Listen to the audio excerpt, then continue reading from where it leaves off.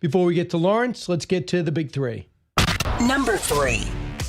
If the president decides that the negotiations are absolutely going nowhere, then there will start to be layoffs. But I think that everybody's still hopeful that when we get a fresh start at the beginning of the week. That is Kevin Hassett, of course. The shutdown lingers. No end in sight as the Trump team looks to cut thousands of jobs, perhaps. I don't know how this ends, but we cut through the posturing and the politics right here. Number 2. They are the ones that are making it a war zone. They need to get out of Chicago. If they're not going to focus on the worst of the worst, which is what the president said they were going to do, they need to get the heck out. Really, Governor Pritzker? There's a reality and there's your reality. ICE alone and unafraid as local cops in Chicago and Portland stand down while protesters act up. And while judges are blocking the National Guard from coming to their aid, do these Democratic local officials know they are siding with the anarchists and the criminals? Let's make sure the American people know who the good guys are. Number 1. Look, it's Hamas, okay? So I'm not telling you here that these are people I trust 100%, nor should we, but they have said, basically, that they agreed to his proposal and the framework for releasing the hostages. That's an enormous achievement. Secretary of State Marco Rubio, almost home. Delegations from all sides arrive in Egypt to pressure Hamas to release all the hostages and put down their arms. We bring you inside the delay of game tactics and what got Trump to curse at Bibi and why I understand both sides of that issue. Lawrence, you're not sick of talking to me yet? I assume, because it's already been 3 hours from Fox and Friends. You got to just give me a few more minutes. That's right. It's always good being here with you. Great show last night. Yeah, thank you very much. One Nation last night, a lot going on. But I guess we have 3 number 1 stories. Yeah. But let's start with the Hamas story. Okay. Delegations have arrived. It looks like the prime minister's advisor is there, 2 anonymous officials with Mossad and Shin Bet and professional staff from the IDF. And what they're seeing is the coordinators there, including Ron Dermer. They look like they're the people that would be put in place to execute the release of the hostages. For example, you don't just open up the tunnels. Right. You have to get them out. You got to make sure they're okay. The Red Cross has got to get in. And Brian, I know you watched the Sunday shows, and Marco Rubio did all of the Sunday shows yesterday. And that's the point that he was trying to get all of the hosts to understand is that this is not a turnkey situation. It's going to be a little bit more complicated. Let me go back to Bibi and the president. Although both of them want peace, both of them are juggling 2 different things.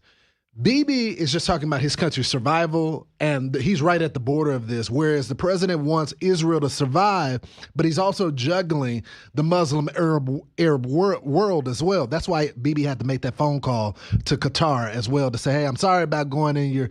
Okay, I get it, to bring them together. I think the president is an optimist, even though he realized that Hamas is thugs. Because he's gotten the Arab world, Brian, no other president could do this, by the way. No other president could get Saudi Arabia, Egypt, Jordan, all these people to come together to put pressure on Hamas for once to take the proposal. So here's the quote that Lawrence is referring to that appeared in Axios. Trump to Netanyahu on Gaza talks. You're always so bleeping negative. Here's how Bibi told Trump this is nothing to celebrate. After they announced Hamas said, we'll agree to this, but we have some issues we want to discuss. He said there's nothing to celebrate. That doesn't mean anything. A U.S. official with knowledge told Axios, Trump fired back, I don't know why you're always so bleeping negative. This is a win. Take it. Well, by the way, I haven't talked to anyone concerning this situation, but that sounds like a situation that could happen. The president is always optimistic in these type of cases. He wants peace so bad. He's negotiating, put a lot of his capital on the line.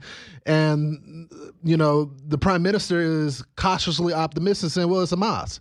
And by the way, they also saying as part of the deal, which wasn't a part of the agreement, to release all of their political prisoners, they're calling them. Now, these are terrorists. And so that's a sticking point for the Israelis. It's like, okay, it's one thing for you guys to release our hostages, but now you want us to turn over the people. Are these people going to go back to the battlefield? Also, they want to just put their weapons in a storage? That's not destroying the weapons. Right. They're going to give it to Egypt to store their rockets. For what? Yeah. To go back to go back to the tunnels. So this is what Admiral James Stavridis said about where we're at. Cut 10. I'll tell you one thing to keep an eye on that no one is talking about. It's the tunnel complex underneath Gaza. Only about half of that has been destroyed. The Israelis will want to decommission that. Once they do, I think the appetite for war there is pretty much over. Queue up Arab peacekeeping force. That's how this could turn out. It can't just be decommissioned. They can't be able to go to it ever again. I don't mean clean. When he says decommission, I just want to be clear. You just can't clear out the tunnel. You got to fill it with cement. You got to make sure that they can't go back to it, because there's a big question mark here. This whole peacekeeping force, which I support the idea of it, but are they going to be successful? Are they going to be able to maintain peace in Gaza? Yeah, I want you to put it this way. I mentioned this on the show, but there's only one person who could be in great terms with the Arab world and still be in great terms with Israel at a time like this. So when he talks to Qatar, he doesn't say, well, I know you're for Israel. He goes, no, but we have deals. Qatar, UAE, Saudi Arabia. You saw how he was greeted on every stop. That's Bahrain and Indonesia, Egypt, Turkey.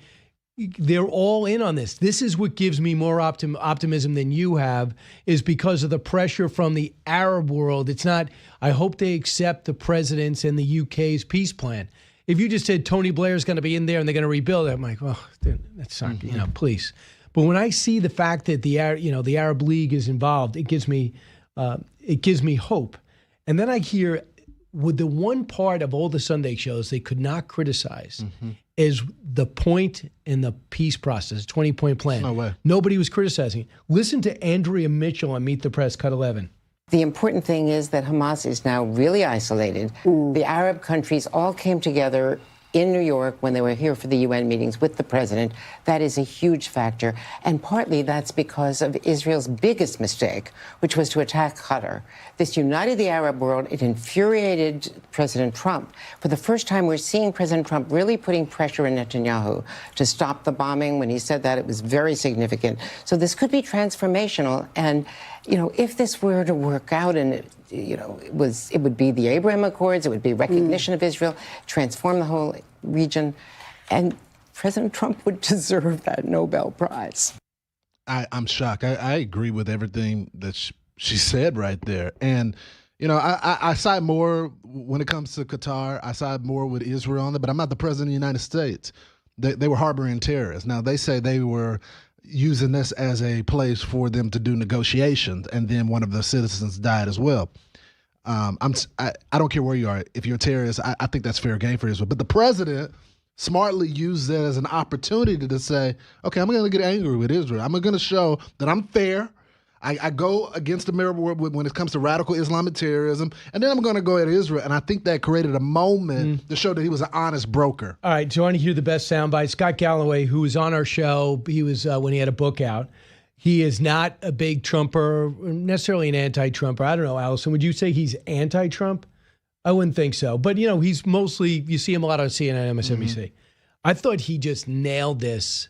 And that's why I want to, on MSNBC, and it left both anchors with their jaws agape. They had nothing to say. To put in perspective what Israel's up against and what they've done. Cut 12. 2,200 American servicemen killed at Pearl Harbor. We go on to kill 3.5 million Japanese, including 100,000 in one night. 2,800 Americans in 9/11. We go on to kill 400,000 people in Afghanistan and Iraq. We weren't accused of genocide.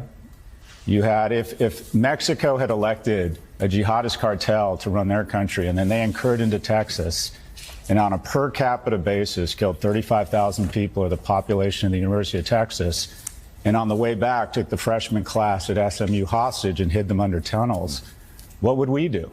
It'd be the great Sonora radioactive parking lot. But Jews are not allowed, and Israel is not allowed to prosecute a war. And they are prosecuting a war more humanely than we have done. The ratio of combatants to civilians is, of civilian death to combatant mortality is lower than it was in Mosul, lower than it was in Japan, lower than it was in Germany. So there's just a different standard for Jews in Israel when it comes to prosecuting a war. They're allowed to fight back to a truce, but unlike America or any other Western nation that has attacked this viciously, they're not allowed to win a war. It's a double standard. Great, very well put, right? I mean, just spot on analysis, and I would take it a step further. Although I feel for the children in Gaza, the people in the Palestinian Authority, they do have some responsibility here. They voted them in. they vote. They are radical Islamists. And one of the consequences when your radical Islamist leadership decide to attack a foreign nation and war is brought to your doorstep, that's part of the calculation here. But no one wants to talk about that. I want to talk about what's happening with ICE and the horrific way they're being treated in Portland and Chicago in just a moment. More Lawrence Jones. In the bottom of the hour, we go inside the numbers on Hamas and the progress we hope they're making in Egypt. Don't move.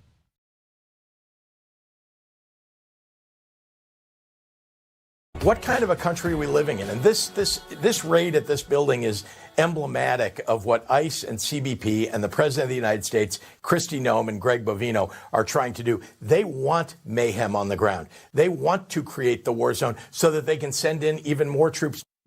So that is Governor Pritzker running for president at the risk of creating chaos in his city to a point that you can't even imagine. Now we have ICE fighting with protesters and cops being told to stand down while ICE gets boxed out, or Border Patrol gets boxed out in the middle of the street. Their lives are at risk, Lawrence Jones. So, first of all, the comment about the war zone. Okay, first of all, Chicago's already a war zone. Okay, people are getting shot. The gangs not where he is. Right. But the people in the community on the day-to-day basis are getting shot. So stop the narrative about ICE is turning it into a war zone. The other thing is, it's federal agents. They're law enforcement. When you hear 1033 on the radio, you respond. Now, they're disputing, Brian, what we all saw with the reporting with Bill Malugin about, the laptop that's in the SWAT car that tells you exactly what the commander said. Now we got the audio of the commander saying, stand down. Don't support them.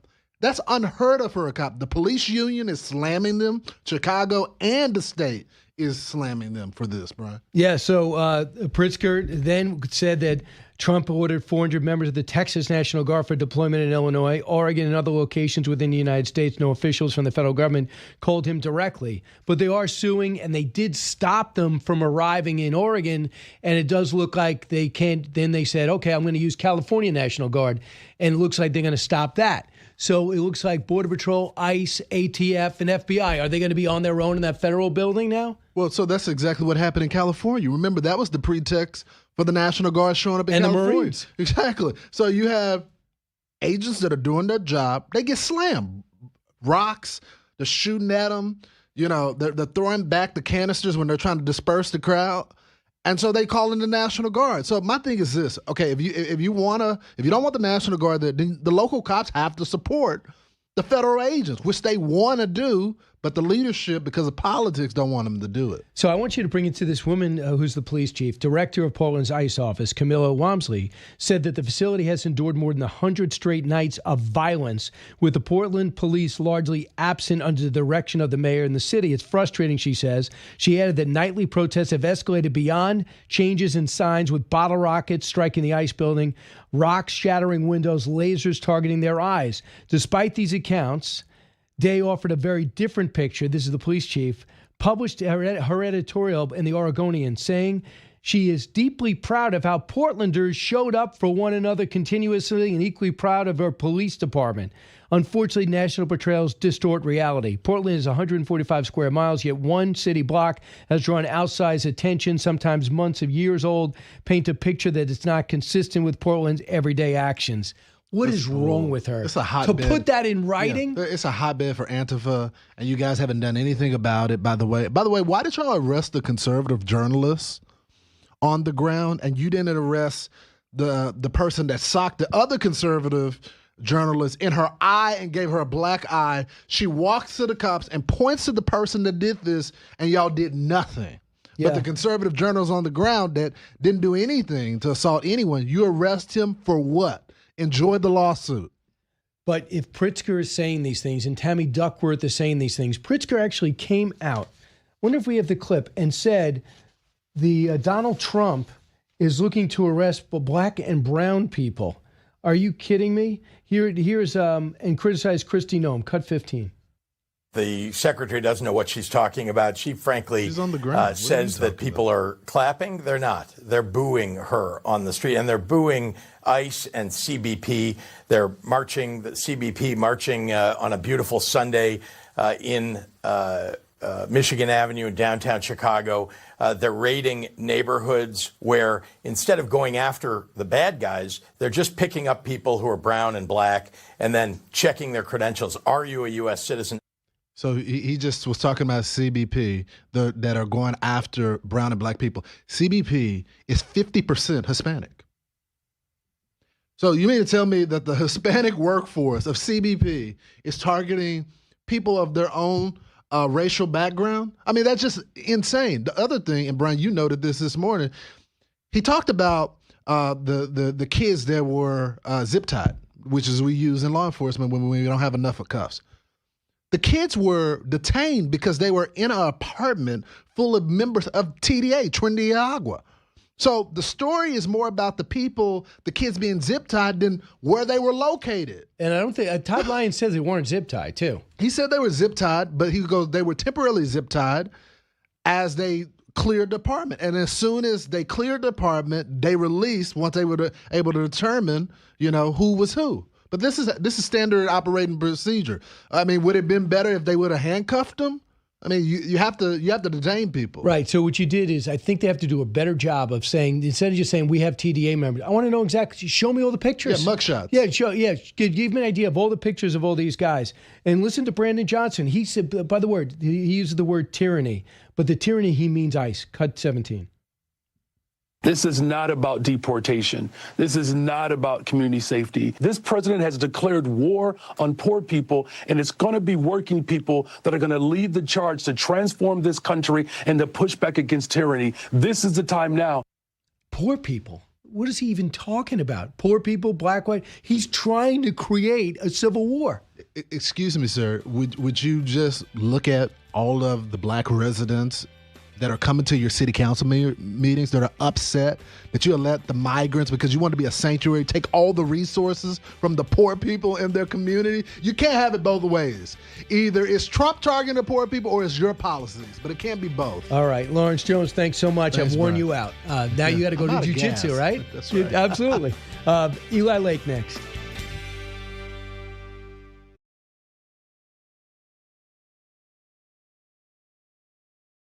Now I want to bring in Todd Lyons. One of the big stories happening in this country, and it's despicable, as I look at Chicago, as I look at Portland, is federal buildings have been targeted. ICE officials have been targeted, and they're getting no help from local law enforcement. What does ICE do? Pick up the illegal immigrant criminals amongst us. And because of that, and because of these local politicians putting a target on their back, they literally have been hindered from doing their job, and they have to wonder about their personal safety. Todd Lyons, I have never seen a weekend like this. As acting ICE director, how did you handle it? Thanks for having me, Brian. It was to say it was a crazy weekend was, an understatement.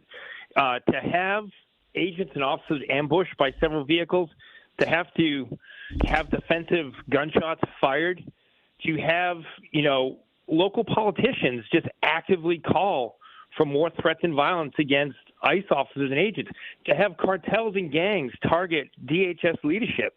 Never in my law enforcement career did I think we'd ever see this. On top of that, to have the Chicago Police Department stand down and not respond to their brothers and sisters in despair who needed help, they went ahead and they didn't respond and come to our aid. So we're watching this now, and first they denied it, but then we got the actual transmission of cops being told to stand down in Chicago as your agents were Border Patrol agents were boxed in. Do you want to tell us more? Yeah, so obviously the person that boxed them in, one of them's a known domestic terrorist, right? She's been doxing agents and officers, especially with the Border Patrol, since late August. And here it is. It's a coordinated attack by several vehicles. The Border Patrol agents were essentially boxed in. Their vehicles were disabled. And then you have this person that's known to dox and have threats against ICE officers and, in Border Patrol. She was armed with a firearm, and they had to defend themselves. But the call goes out, and ICE responded to help Border Patrol, but Chicago PD was right there. They could have taken over that scene. They could have, dissuaded the crowd, but no, the chief of patrol had them stand off. I felt bad for the poor dispatcher that had to give that command that officers weren't to respond there. You've never seen anything like this in law enforcement. To me, it's like the Army not helping out. The Marines are trapped in Fallujah, and the Army going, yeah, that's not my branch. I'm not doing anything. Yeah. There's no difference. Law enforcement is law enforcement. Everyone has a different specialty. What do you not like ATF? You don't like the Border Patrol? You don't like the state police? You don't like the local police? You can't. It's not a lazy Susan. You can't pick what you don't want. And, this type of the rhetoric, and if you don't like the ICE mission, that is fine, but you can't pit law enforcement against law enforcement, right? I guarantee the men and women of the Chicago Police Department wanted to come to the aid of the Border Patrol agents. They don't want to see any other federal officers or any other, whether it be state, local, county sheriff, they don't want to see any officers that are in trouble, get hurt, or even worse. So I guarantee that was probably demoralizing for them. But the rhetoric about the ICE mission, which is a true law enforcement mission, has to stop, because in no world should other law enforcement officers be told not to go help other federal agents. So we hear that J.B. Pritzker come out and say things like this, cut 13.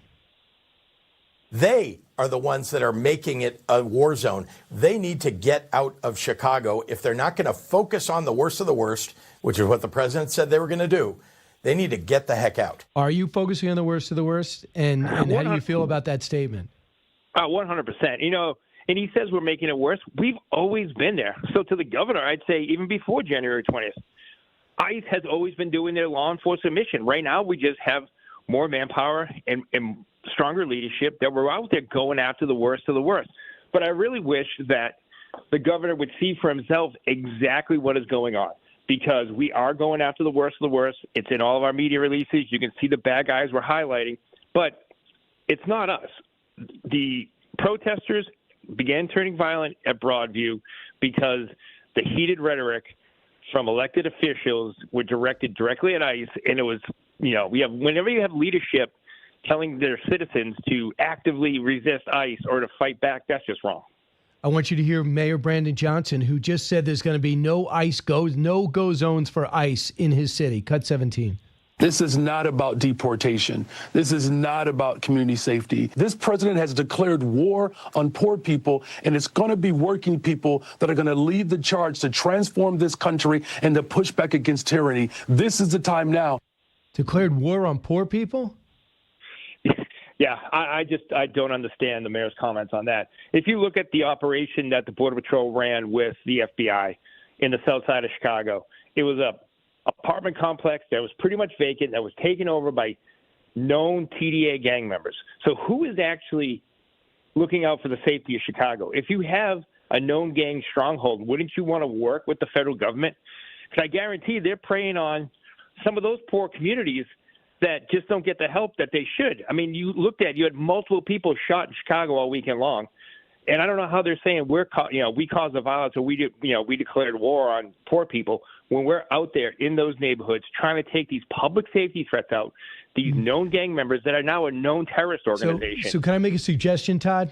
I would love to see the mugshots. I mean, we know you're doing this. We know the Black Hawk was in the area. You had to do a takedown. It had to be well rehearsed and well executed.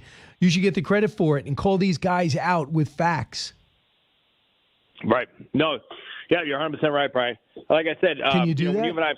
When you and I have talked before, we do our due diligence in making sure we go ahead and we put up all the worst of the worst on our social media sites. But hey, maybe they don't want to come to our social media sites. Maybe it's time for a press conference when we have the old school photos up there, and we can walk the public through and actually have the public see exactly who we're taking out of their neighborhoods. I'm talking to Todd Lyons, the acting ICE director. So I'm just going to I'm going to play another cut, but I want to just get this specifically. They said you went into an apartment building and separated and put zip-tied children and women and separated their families and terrorized them. What do you say to that? I would say that there are so many fake images going around, and they're exploiting the fact that there were family units inside of that apartment complex. And in any law enforcement mission, whether it's state, local, federal, you have to clear the whole entire scene. Until you can deem everybody safe, you do have to go ahead and either restrain some individuals or separate them till we can get the true people and who they are. It happens every day across this country in law enforcement, but they're exploiting it and twisting the words around just because of the fact that they don't like the ICE mission. So I want you to hear Pritzker go after Kristi Noem, cut 15. The secretary doesn't know what she's talking about. She frankly says that people are clapping. They're not. They're booing her on the street, and they're booing ICE and CBP. They're marching, the CBP marching on a beautiful Sunday in Michigan Avenue in downtown Chicago. They're raiding neighborhoods where instead of going after the bad guys, they're just picking up people who are brown and black and then checking their credentials. Are you a U.S. citizen? Now, what is that based on? So I think the fact that the governor is just going off of images he sees on TV, right? Secretary Noem was actually out there this weekend with threats to herself because she wanted to be that true leader and see exactly what's going on so she knows what the men and women at DHS are dealing with. Now, I would wish the governor was actually out there and we could actually show him who are actually arresting. But no, they want to just sit there and go off of social media, which they shouldn't. They should educate themselves and actually have a conversation with DHS and actually know exactly who we're going after. And I would say the people of Chicago are happy with what ICE has done in the first 2 weeks of, Operation Midway Blitz. We showed that more than 50% of the people we apprehended were actually bad people, right? But Brian, like I said before, if we go out there and we're going to go ahead and try to make an arrest of one of these bad guys, and there might be another individual with them that is in the country legally, we're no longer turning a blind eye. We are going to take that person into custody as well. So that's one thing I'd say, too, with these sanctuary jurisdictions. If you don't want us in your neighborhoods, then give us these criminal aliens that you've already found a public safety threat that you locked up. Turn them over to us so we don't have to go out into your community. So what happens now that the Illinois and Oregon are suing to make sure you don't put National Guard in? They were going to send Texas National Guard in if Chicago was going to be there. And now in Oregon, they're not going to allow California to go in. How does that hurt your operation? It just means that we have to dedicate more of our law enforcement officers to that security posture, whether it be protecting officers while they're out making those arrests or protecting our buildings. But it's not going to deter ICE. The men and women of ICE are dedicated to make sure that we are going after just what the president said. We are going after the worst of the worst. And we are going to be in these sanctuary jurisdictions like Chicago and Portland that release these criminal aliens back on the street. But we won't be deterred. Whether we have to put more of our special operations, SRT teams out with our arrest teams to make sure everyone's safe, then so be it. But we're going to make sure that we are going ahead and fulfilling our law enforcement mission. Senator Tammy Duckworth, on what you're doing, cut 20. They lie. Right? The Trump administration lies. We have a president who's a known liar, and they have been lying about the situation all along. And in fact, they even shot tear gas grenades, I think, at a reporter who was simply driving by with her window open. And so we're urging our protesters, remain calm, peaceful protest, exercise your First Amendment rights, but videotape everything. Everybody has a phone. Tape everything so we actually have real evidence of what is happening.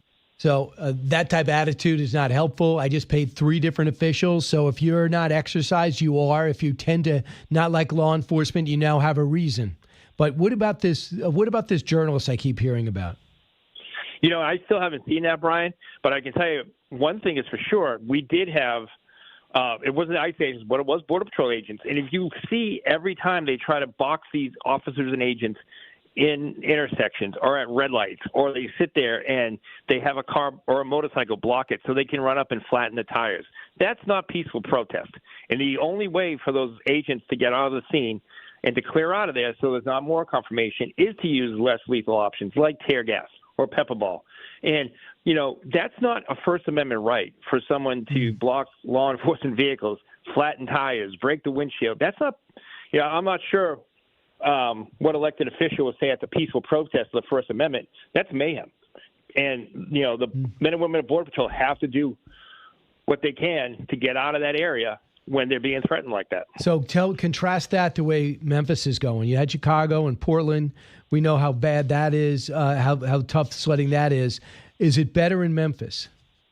I would say that in Memphis, the numbers speak for themselves. You look at the amount of illegal guns that they're getting off the street. You look at the number of felons that they're arresting.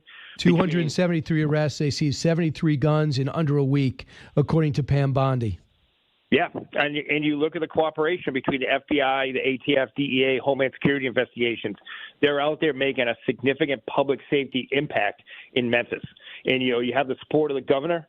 You have the local PD that's out there supporting as well. So I think that's a great example of that strong leadership that wants to go ahead and make sure that these poor neighborhoods that are really under siege by a lot of these gang members and human traffickers, that the federal government's going in there with state and locals and actually making a difference. I think so. Gregory Bravino, he's with the chief of the Border Patrol agent. He is also really ticked off at these lawmakers. Cut 24.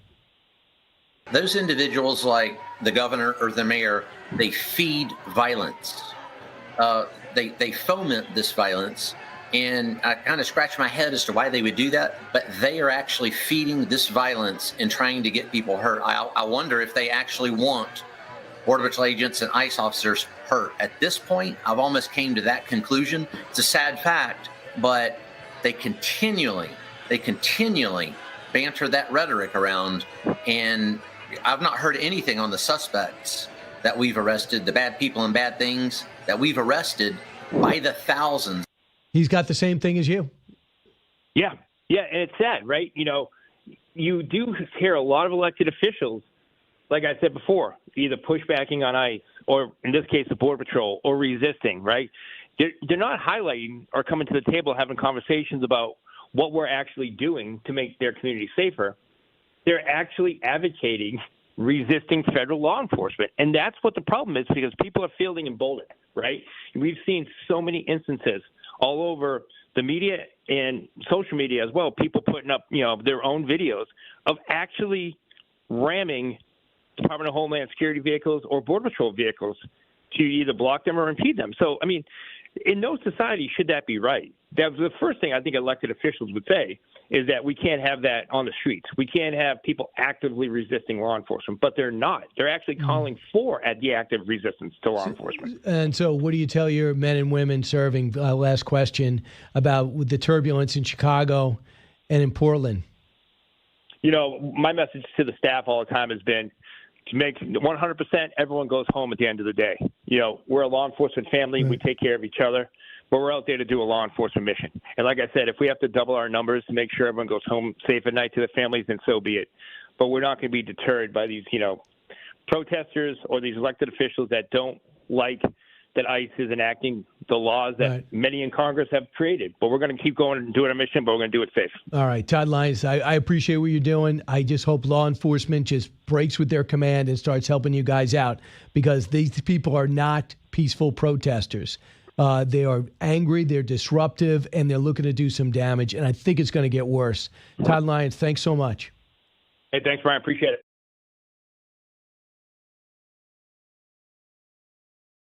Senator John Kennedy is in studio, face-to-face, and I know he's nervous being around me. He can't put it into words.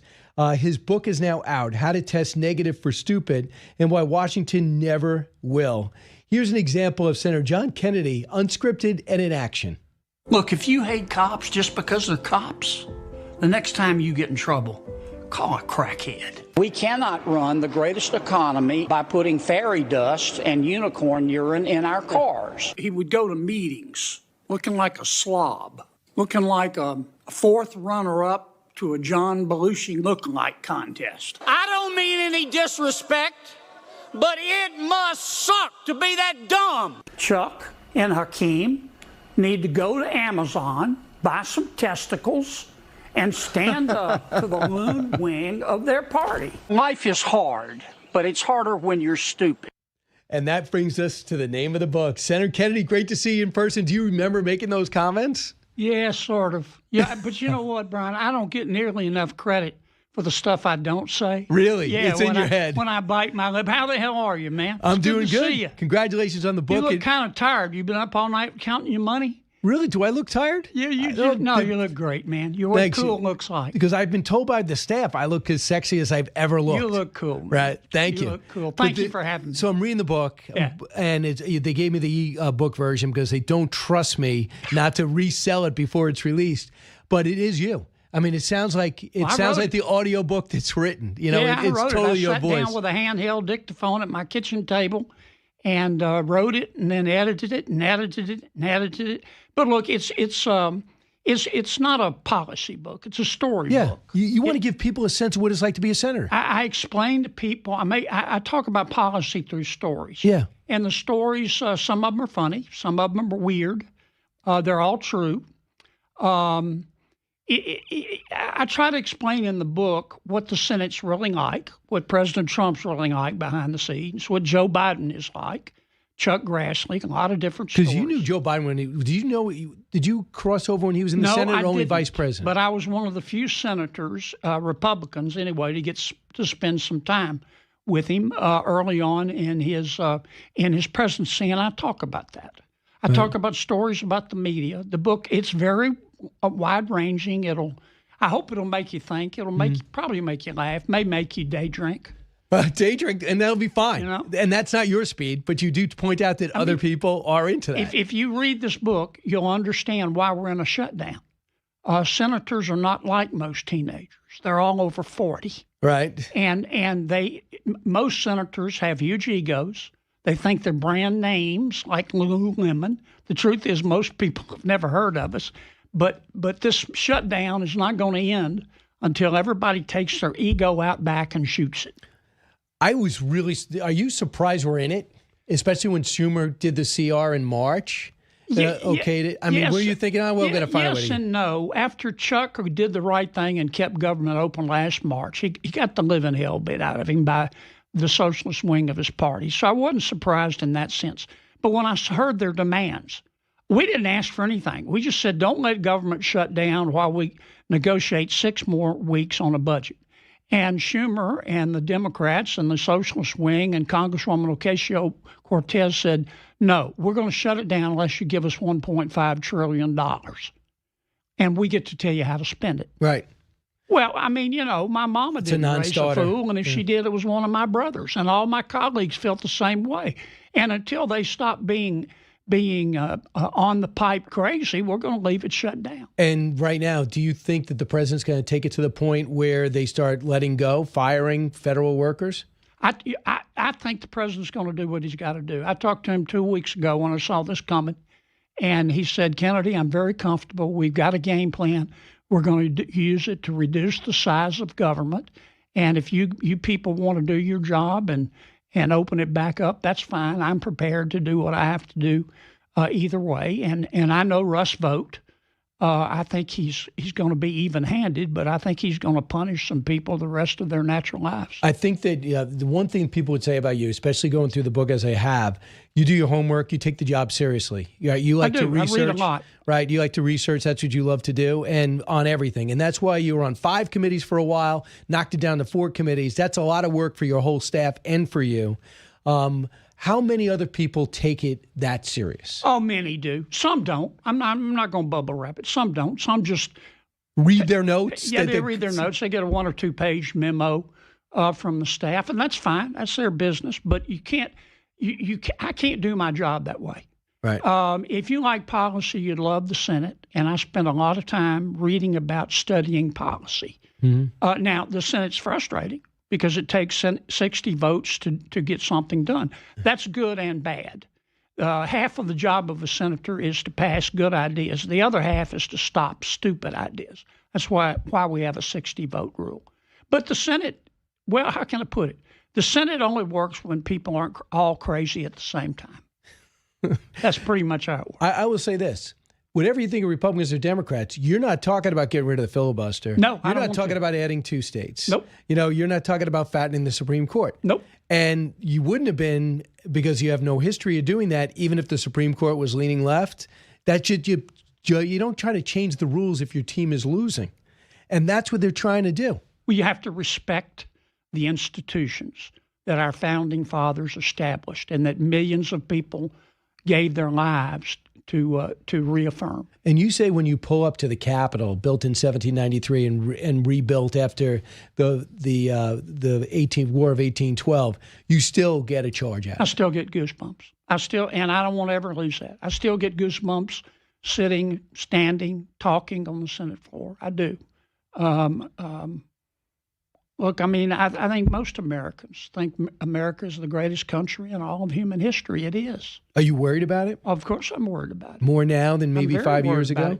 I believe in competition. I believe in two parties. The Democratic Party is going through a huge struggle, and the socialist wing, the Bolsheviks wing, the Loon wing is winning. They've taken over the party. Look at the city you're in. They're about to elect a socialist mayor of New York. And if you look at the socialist bullet points, they are flat out scary. If it was in another country, you can't believe it's going to happen to the city.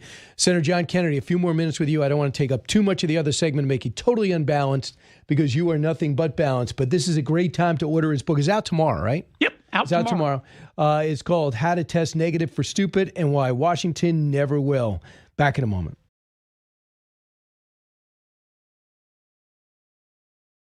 So Senator John Kennedy's here. He's pumped up for his new book, How to Test Negative for Stupid and Why Washington Never Will. Senator, the other big story, we talk about, you bring us inside Washington. So if those people want to get into politics or watch this stuff, you really bring us inside. You have fun with Senator Lindsey Graham. Do you want to give us an idea of what it's like work with Lindsey Graham? Well, if you want to stump, look, Lindsey and I agree on a lot of stuff, but not everything. Right. If you want to stump Lindsey, ask him to name a country he would not bomb. He can't. He can't do it. I love Lindsey. Little known fact. I think I talk about this in the book. Lindsey was thrown out of junior high school 23 times in February alone. Okay, he is. I don't know. He's a cross between. Smart though. Oh, he's smart as hell. Yeah. But he's a cross between Dirty Harry and Socrates. I know. And he's willing to cross at the right time across the aisle and drives a lot of Republicans crazy. But him and Trump, are you surprised that he and Donald Trump get along when John McCain, one of his best friends, didn't? Why was Lindsey able to adapt to the Trump style? And why was Lindsey able to and McCain not? Well, Lindsey, two totally different personalities. Senator McCain wanted to be president, and he looked at President Trump and said, I could do a better job than him. That's just how he felt. Lindsey has never desired to be president. He ran once, as he'll tell you. He said, I got 6 votes, and most of them were my relatives. But Lindsey and the president disagree more than you realize, but they respect each other. Behind the scenes, and they talk a lot. President Trump, look, if I called him right now, I've got his cell number in my phone. If he wasn't busy, he would take the call. He wouldn't dodge it, or he'll call you back within 2 hours. Now he may call you at 2 a.m, but I don't know when he finds the time. But at least with me, and I don't think I'm unusual, he's the most accessible president I've ever seen. I watched Jake Tapper on Sunday. Jake Tapper said, I was texting with the president. Now, Jake Tapper you would not say that he is a Trumper. No. Right? But he's like, okay, you need answers on this? I'll give you. I just hope at some point people realize we're never going to have another chief executive like this. No, he's accessible. There's no grudges. Now, just be fair. Now, part of the president's problem is I've told him he grows anxious when he has an unexpressed thought. He doesn't have to say everything, right? But he is the most transparent president, and he doesn't get enough credit for it. Like him or dislike him, you know where the president stands. President Biden, totally different. You couldn't find Joe Biden with a search party. But when you talked to him early in year one, I talked to him one time. I got more FaceTime with him alone than any other Republican senator. And he was old then. He still had most of his faculties, but my impression after 45 minutes of talking to him was President Biden had reached the point in life where he just wanted to sit around, tell stories, talk about the good old days, and after he finished that, he wanted some hot soup and a nap. Now, I mean, it's just a fact, and that's why his family forcing him to do this. Then they were getting maybe 5 good hours out of the president at the beginning of his term. Look, we all get old. We age differently, but there's no doubt that President Biden had a neurodegenerative disease. It's not a sin. Right. We all. But these are the stories that are in your book. But he was president of the United States. Yeah, that's a problem. For God's sake. And by the way, pick up your book, How to Test Negative for Stupid and Why Washington Never Will. That story's in the book. Thanks so much, Senator. Thanks, Brian. You're the best, man.